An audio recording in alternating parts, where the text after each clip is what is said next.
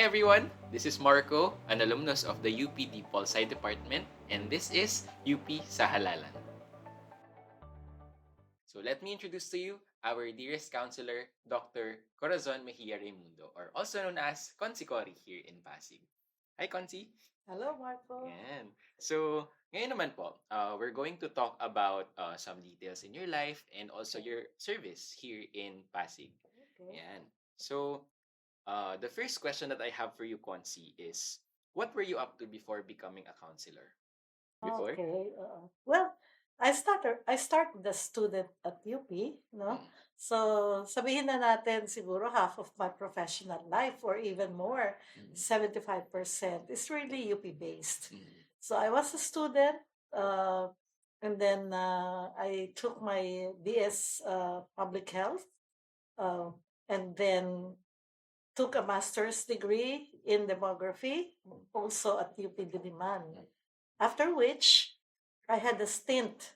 I had a scholarship at the Asian Institute of Statistics, Tokyo, Mhm. honing a little bit my, siguro sabihin na natin, knowledge in statistics, particularly population in Mhm. statistics.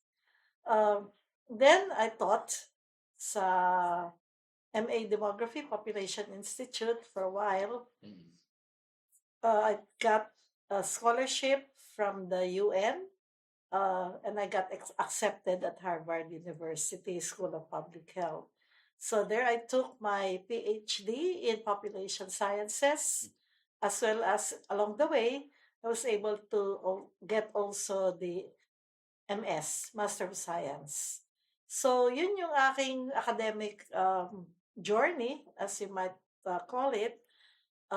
Back at UP, I took a little, I mean, I work on projects and I got consultancies sa NEDA, sa Department of Health, saan pa ba? DSWD, and also in international organizations like the USA, the UNFPA, yung mga ganun, yung mga uso-uso nung araw. Mhm. Lahat yun, dinaanan ko. Oo. So that's my academic and professional life. Mm. Along the way kasi, Marco, alam mo, ang buhay ko, tahimik. Walang masyadong rivals, Mhm. so to say. I got my positions, uh, not dreaming or really wanting to get into them. Mhm. Pero somehow, siguro kasi seryoso kasi ako magtrabaho. Kita ko When yun. yeah. When I work kasi, when I accept any job, ang akin talagang stance, no, is not to just do the job, but leave something.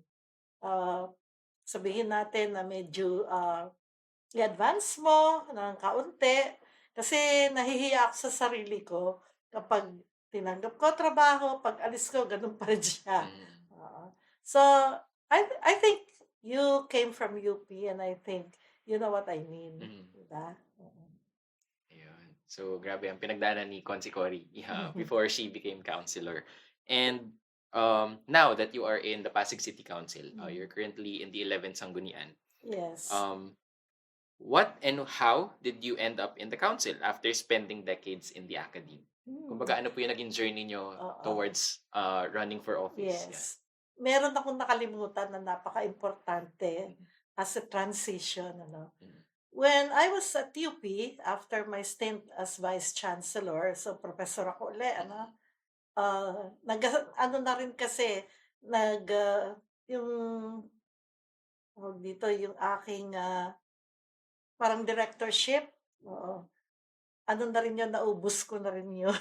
Kaya parang saan pa ako pupunta din, Mm. nagturo ako ulit. During that time, nagkaroon na, siyempre my husband is a counselor of the city of Pasig. So I'm helping him sa mga measures niya, Mm. no? Ako yung consultant sa ADCOP noon, yung anti-drug, kasi my husband was heading the anti-drug. Mm. I was consultant. I research, I write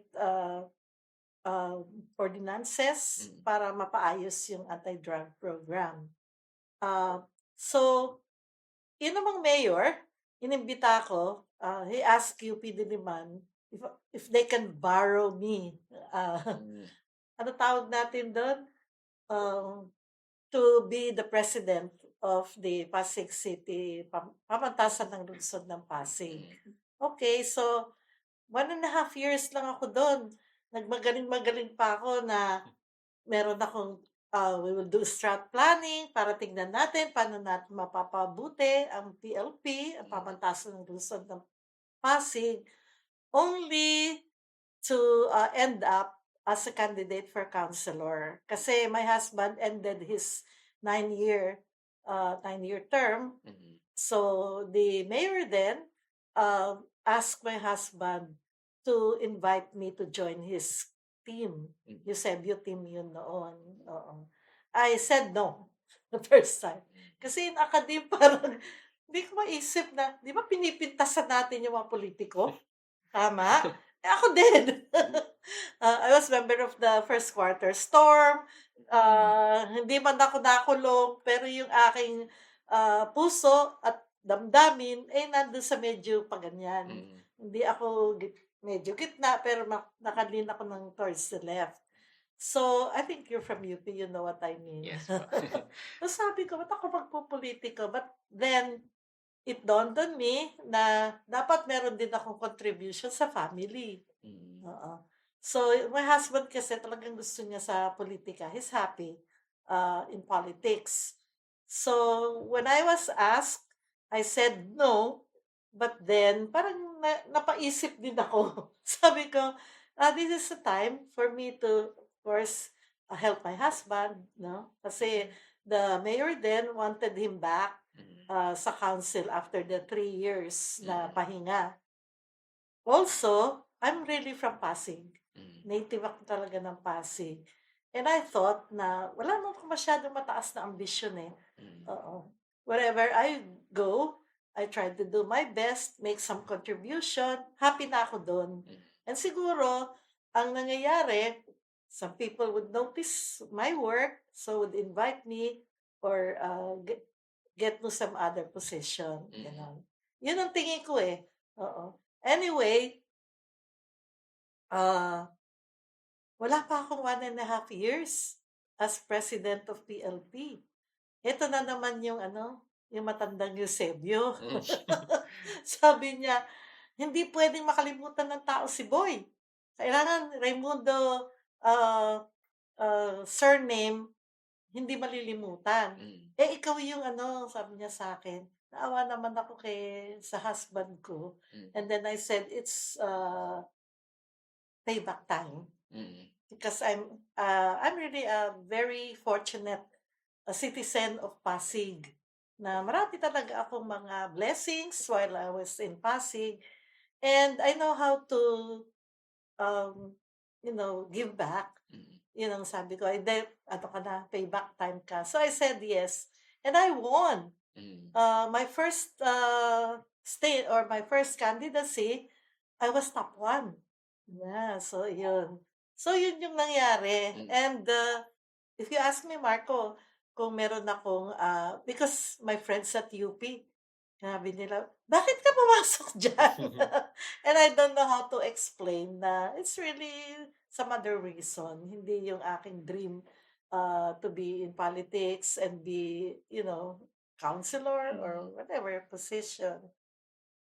At saka sabi pa nila sa akin, "Parang politician ka na, hindi ka na mukhang academic kung magsalita." Sabi niya gano'n.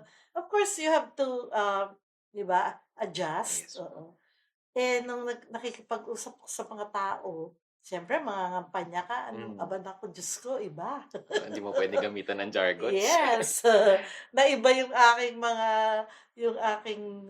um mga anong tawag dito, yung mga iniipon ko Mm. na mga words and salita. Although as a researcher ako, I feel so much as a social scientist. Mm. Um, Even in my researches while I was in UP, ang mga kausap ko sa tricycle driver, Mm. mamaya UN. So that span of, you know, uh, meeting people, talking to people, nadaanan ko lahat yun. I know if I were successful, pero I tried my best. Mm. Yun ang isa kong learning. At saka 'pag nasa UP ka siyempre iba yung ano, yun nga mga jargons natin. Mm. Although yung jargon niyo ngayon di ko na Yung mga Gen naiintindihan. Z, yan. Yung mga Gen Z talaga.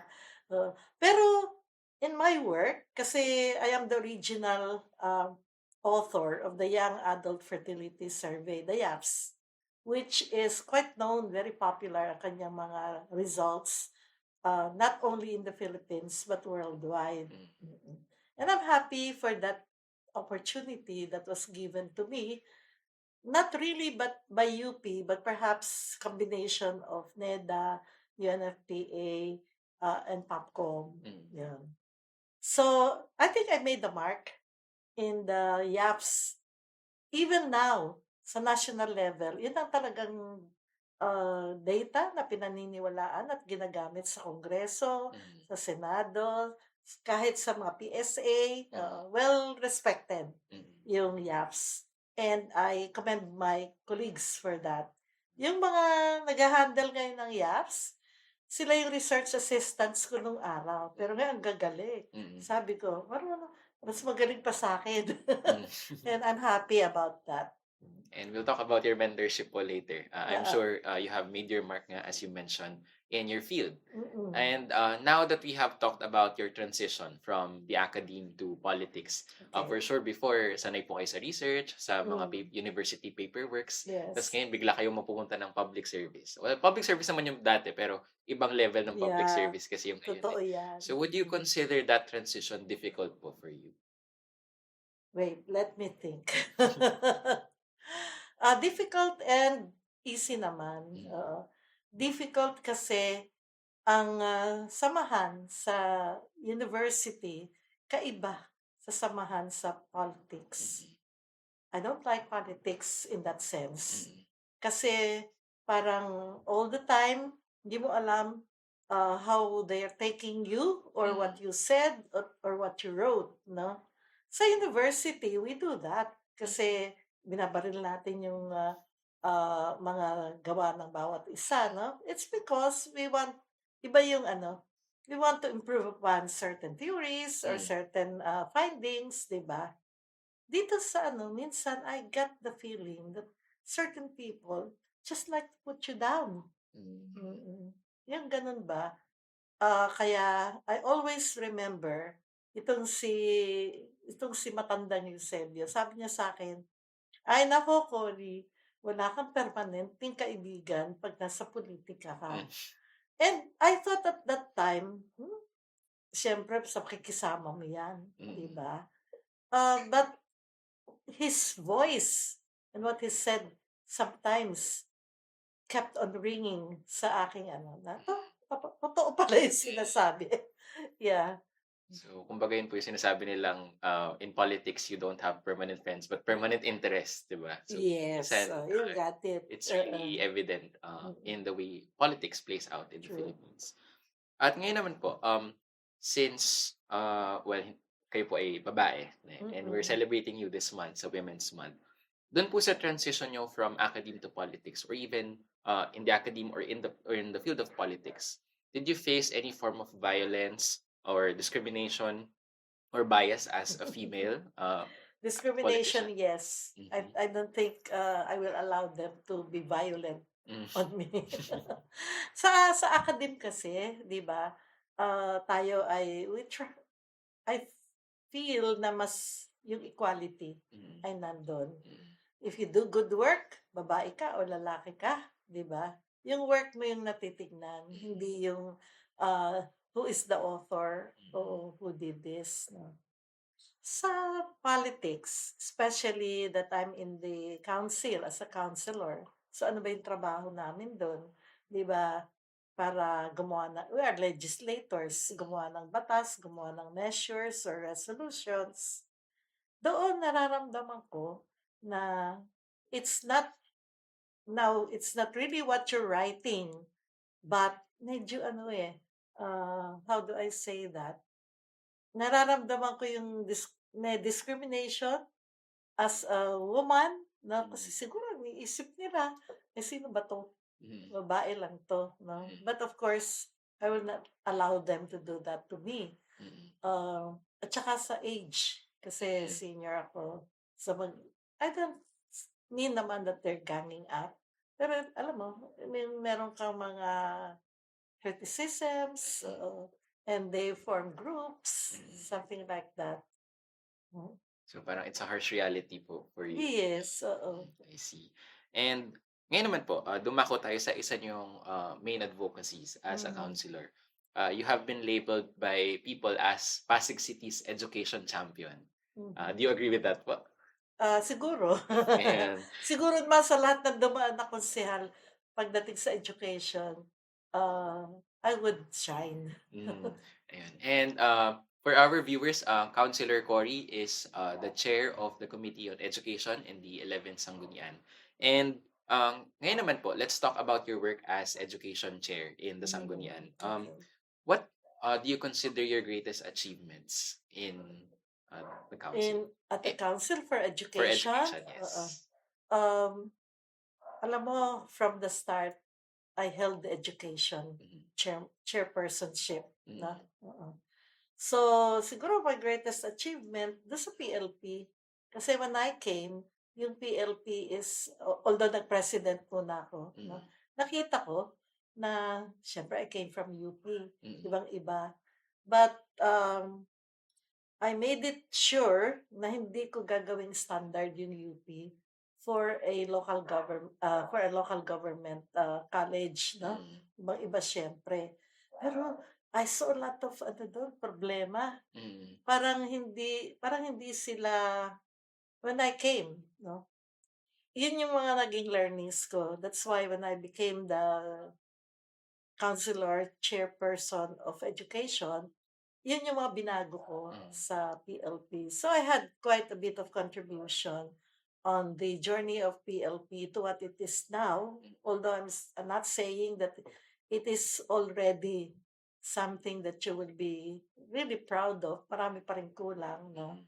Pero we're inching our way to make PLP something that really possibly can be not only proud of, but an instrument for the development of the youth of Pasig.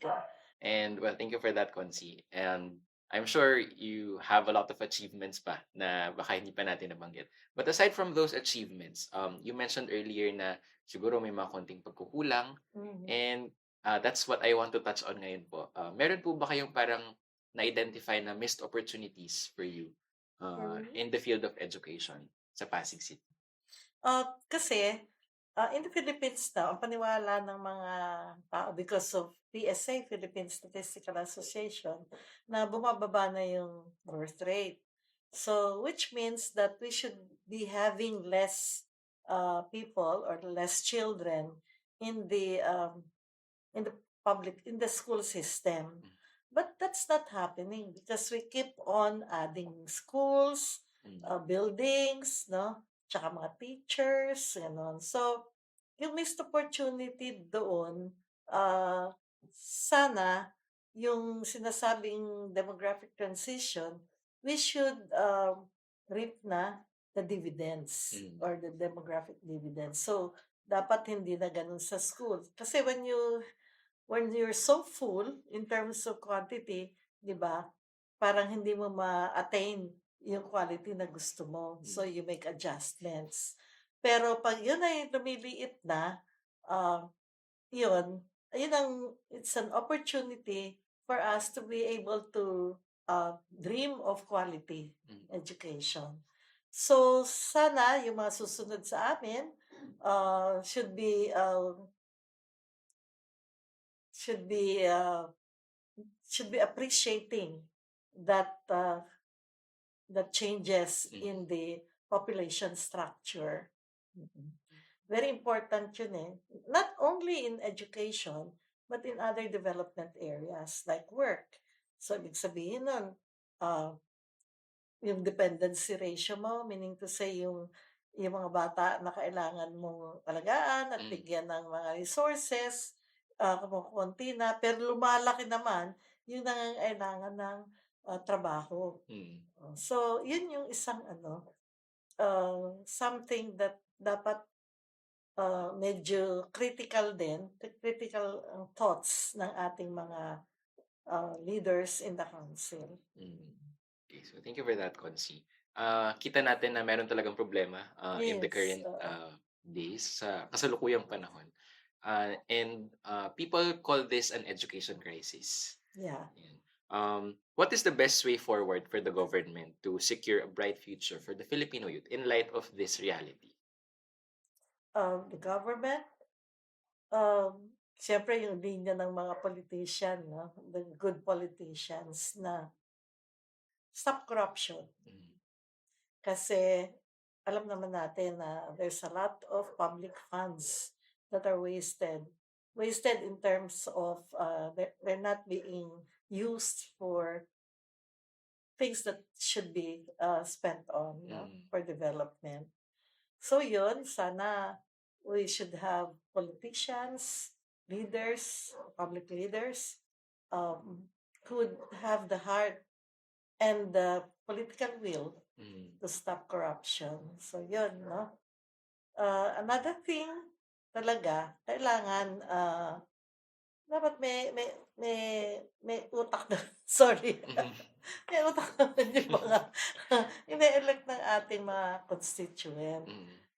Kasi they are enamored by different things, no? Sana our people would know, hindi ko naman ibig sabihin na, "Hoy, iboto niyo ako. Hoy, Mm. ako matalino." Hindi. Dapat the people should have a change of behavior, uh, being, you know, kumbaga, yung factors or indicators that they use for voting or putting people candidates to certain positions. Kasi in the end, they can be the losers or winners. Mm. Okay. So, education is also part of our political choices, di ba Oh po? yes, So, sobrang laking definitely. bagay niya. And thank you for that, Consi. I'm sure you have contributed a lot when it comes to education. Sana. Sana. And let's go to another huge part of your professional life and your Mm. advocacy. Doon naman po tayo sa gender and development. Oh, Yan. And okay. sakto, Women's Month. So, ngayon naman po, Pasig City, under the current leadership, laging sinasabi na we are one of the most progressive cities in the Philippines. But do you think Pasig is already ready for a deeper understanding of gender and its pervasive influence on every aspect of life? Kasi usually po, ang napapansin ko, kunyari, when we're talking about infrastructure, when Mm. we're talking about establishing teen centers, 'di ba po? Parang ang iniisip ng iba, bakit kailangan pa pag-usapan yung gender responsiveness niya? Anong connect, 'di ba?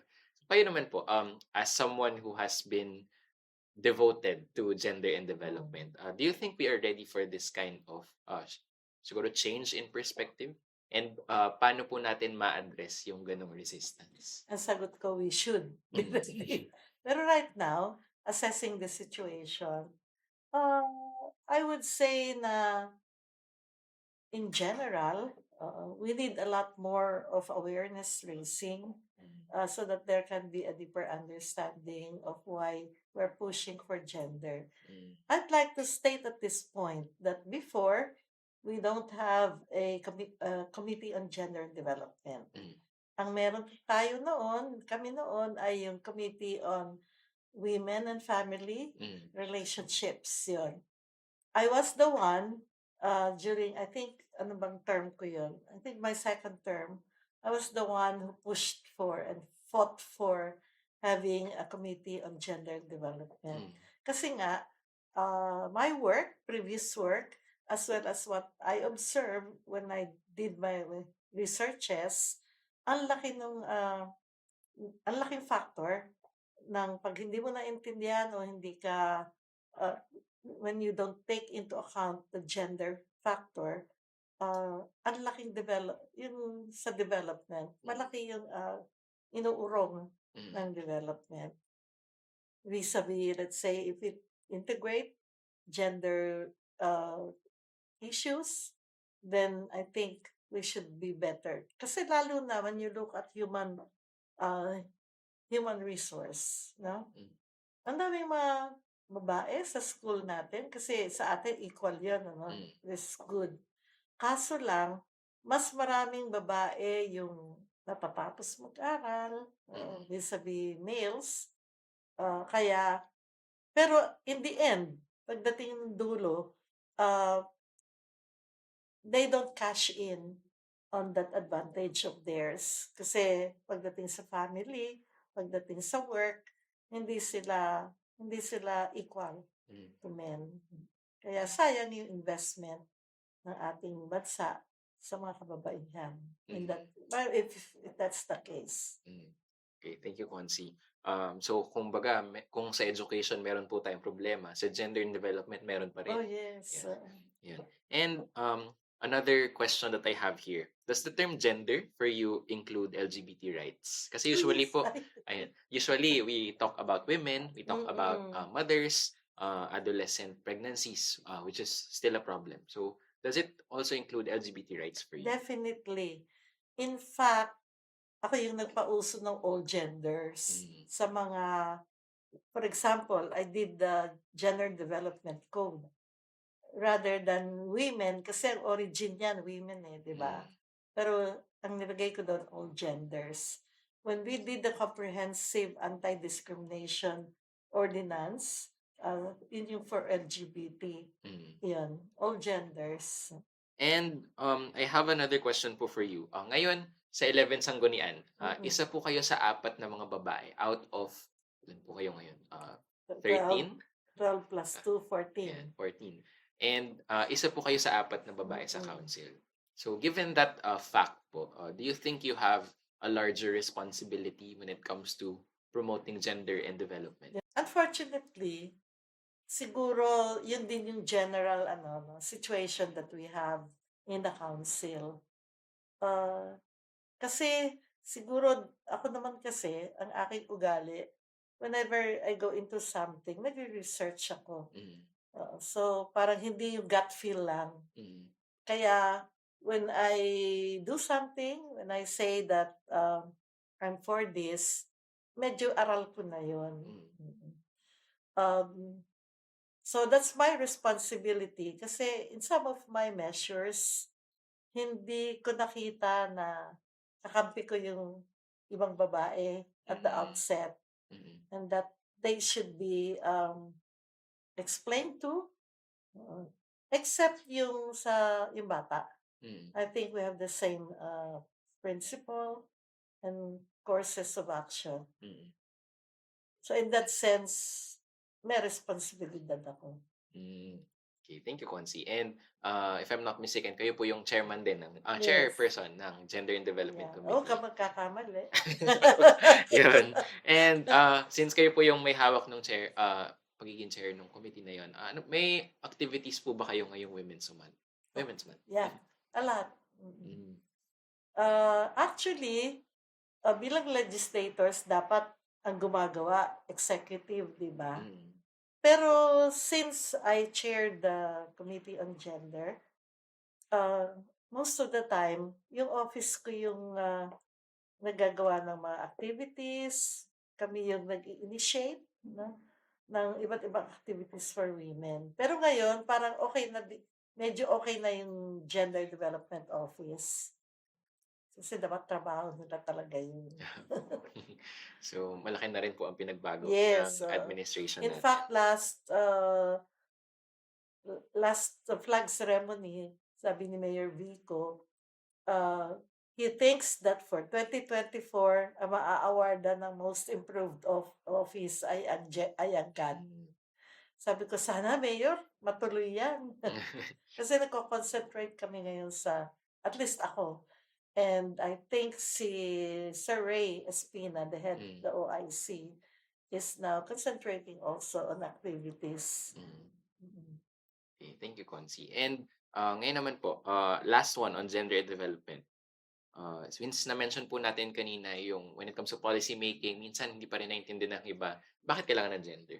So how can we change that perspective for our new generation of public servants? Okay. I think we have hopes Mm, that gender can be better understood by our younger leaders. mm, Ano.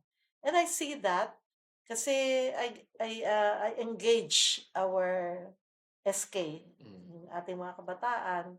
Um, we engage them in seminars, no? Kasi yung thematic issue of sexual health and reproductive rights, it's something that I wish our SK, our young people, would be able to address among their peers. No? mm, So they're very enthusiastic. So I think we have a better chance among the young leaders. Ngayon, dun sa medyo hindi na young leaders, I don't know, I'm not too hopeful. mm. So, Okay, so to our young leaders out there, you better take note. yes. Yun.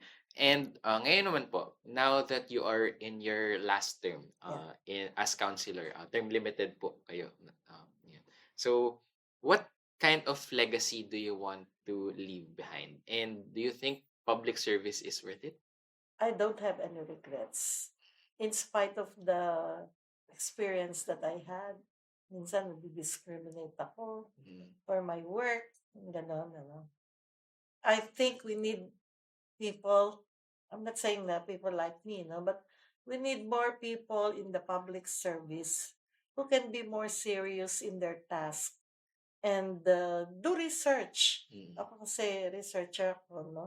And I think research has a lot to do with your success in everything you do. I really hope na we could have better leaders, mm, no? Ngayon, sa akin ang legacy ko as leader, public servant, no? Yung mga measures na ginagawa ko kasi ay kaiba doon sa mga ginagawa ng aking mga kasama. mm, Kasi parang sa akin, ang pinakamaraming measures na napapasa ng 11th Sanggunian ay yung mga one problem, one solution. mm, And we know that that's not development. That's not how we see development, mm, especially if we are people-centered. mm, Diba? You have to look at people in their totality. Kaya medyo mas hirap yung mga nagagawa kong mga measures or mm, ordinances. So if you look at the ordinances that I make, siyempre ang magiging legacy ko naman dapat ay sa legislation, ano? So yun, yung more people-centered at saka more development, hindi yung I don't believe, siyempre researcher ako, alam ko na hindi one solution ng isang problema, mm, no? You have to take the whole community, the whole of government in order to solve a problem. mm, So I want to say na I hope I could leave. I have some projects kasi ngayon mm, that would demonstrate that kind of governance. mm, Mhm. And sana before I leave, finally leave, um, the mayor, people in the government itself can see that there are ways of really doing things right. And mm, that's the whole of government approach. mm, Kami nila Enzo, we're painstaking. Kami ni sabihin ko na kung sino partner ko sa pag-iisip dyan. Gawa. Si Dr. Stuart mm, Santos.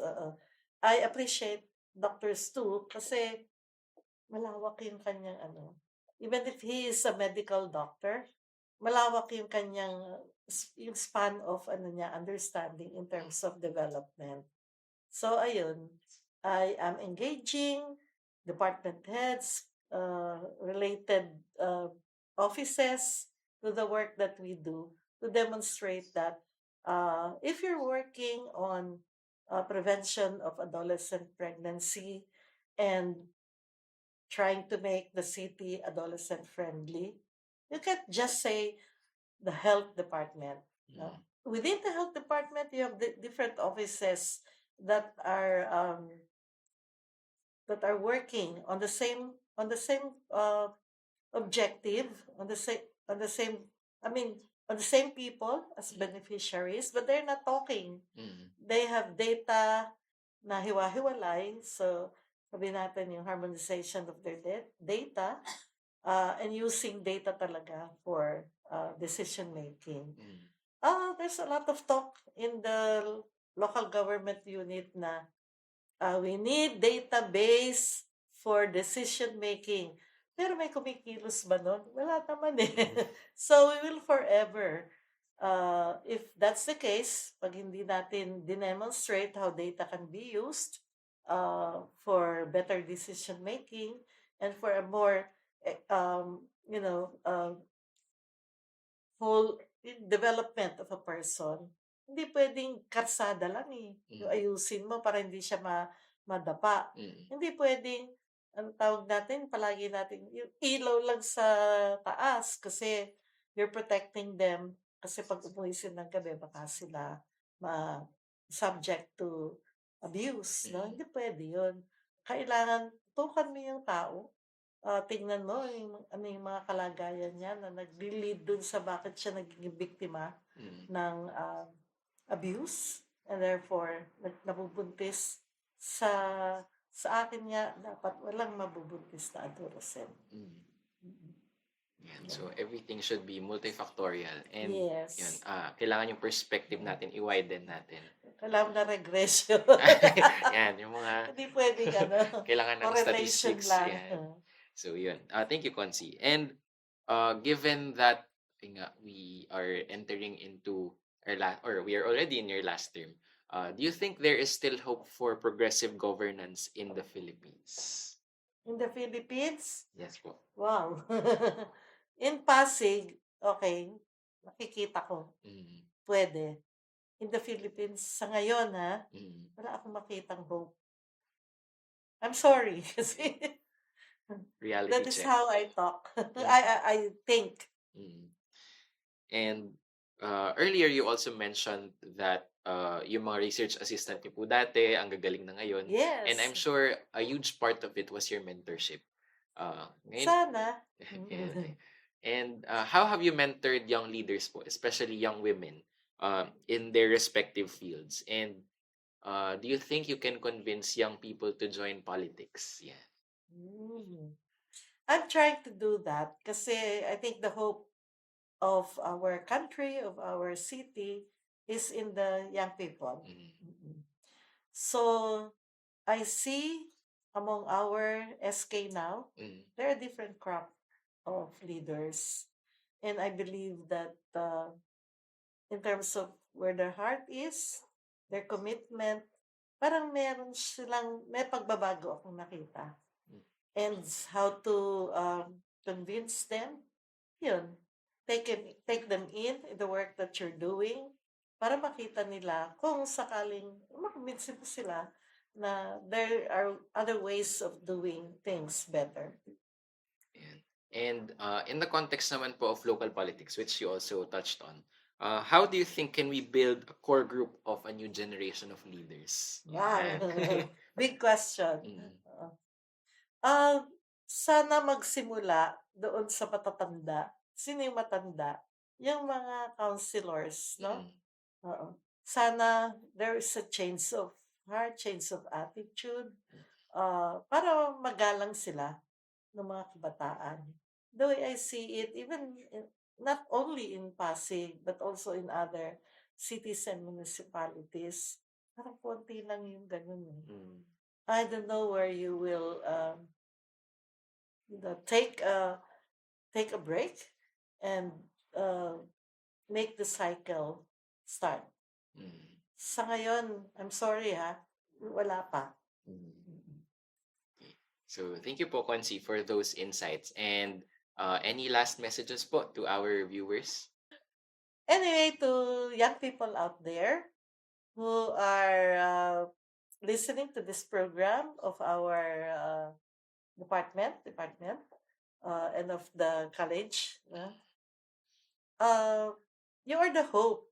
I really think that if you take a more serious look into making commitments to change in our country. And I think you are a group of people who would like to see changes happening in the Philippines. So take a chance. Oo. Well, ako matanda na, pero I have no regrets. I have done so many things in my life, pero look at me now. I ended up serving the community where I came from. And of course, I said that I have no regrets. Kayo, you have the whole future ahead of you. I was not able to prepare enough for the politics, but I tried my best. And I think that will be true to you also. Try your best. Look at people around you. Look at the Philippines. Look at the young people. We have high hopes for the youth of this land. Hindi naman ako si Rizal, no? Pero naniniwala pa rin ako na ganun kayo talaga. And I see hopes in you. Basta um, take your best shot in life. It's you who will be leading your lives, and my plea is to consider public service. Sana para kayo naman yung magiging you can make this country shine once more. Yeah, thank you so much, Consi. I hope that inspires a lot of people who are listening to this program. And that is it, everyone. Again, I am Marco, and we thank Consi Corie Hello. for her participation in this interview. And I hope that we take everything to heart. Indeed, there's a lot of things ahead of us, di ba? And I hope that these things inspire us to go into the field of public service so that we can be the light of this nation. Thank you so much, and this is UP sa Halalan.